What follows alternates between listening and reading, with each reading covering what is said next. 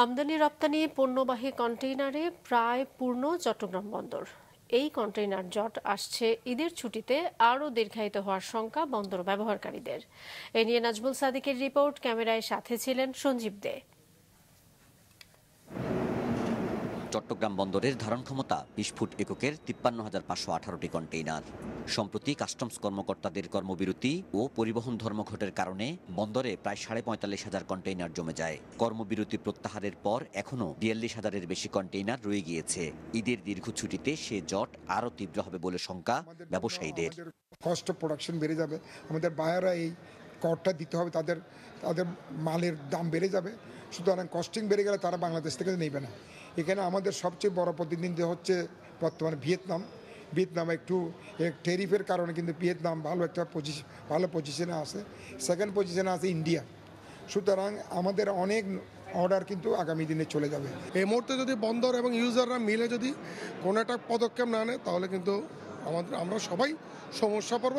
তখন ফ্যাক্টরি খোলার পরে আমরা কিন্তু অনেকজনের প্রোডাকশনের থেকে বিশাল একটা গ্যাপ পড়ে যাবে, যেটা আমরা সামনে জুলাই 10 তারিখে আমরা যারা শিপমেন্ট করতে চাচ্ছি ট্যারিফ থেকে বাঁচার জন্য, সেক্ষেত্রে কি আমাদের একটা প্রতিবন্ধকতা সামনের দিকে আছে।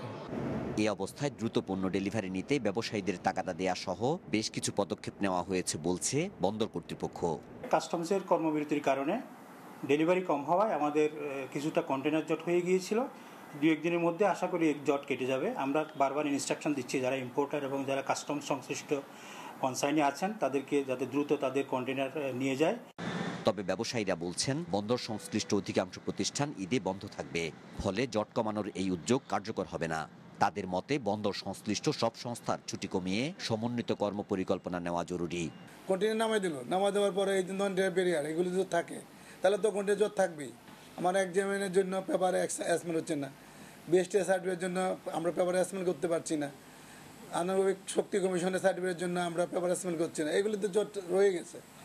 এইগুলি যদি একই ছাতার নিচে আসে তাহলে একটা টাইম ফ্রেম থাকে যে এত দিনের মধ্যে দিবে, তো হয়তো আরও ত্বরিত আমরা শুল্কায়ন করতে পারবো। একটা এক্সপোর্ট আর ইম্পোর্ট কনসাইনমেন্টের জন্যে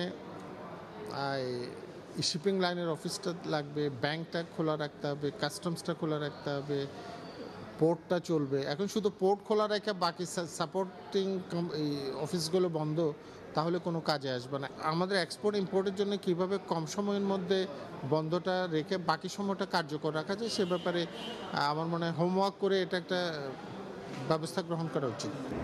কন্টেইনার জটের মধ্যেই চট্টগ্রাম বন্দরের বহির্নোঙরে পণ্য খালাসের অপেক্ষায় আছে ১০০-র বেশি জাহাজ। নাজমুল সাদিকি, মাছরাঙা সংবাদ, চট্টগ্রাম। সুন্দরবনের মৎস্য ও জলজ প্রাণীর প্রজনন মৌসুম ঘিরে বনের নদী খালে মৎস্য আহরণে ৩ মাসের নিষেধাজ্ঞা দিয়েছে বন বিভাগ। আজ থেকে ৩১শে আগস্ট পর্যন্ত পর্যটক ও বনজীবীরা এর নিষেধাজ্ঞার আওতায় থাকবে।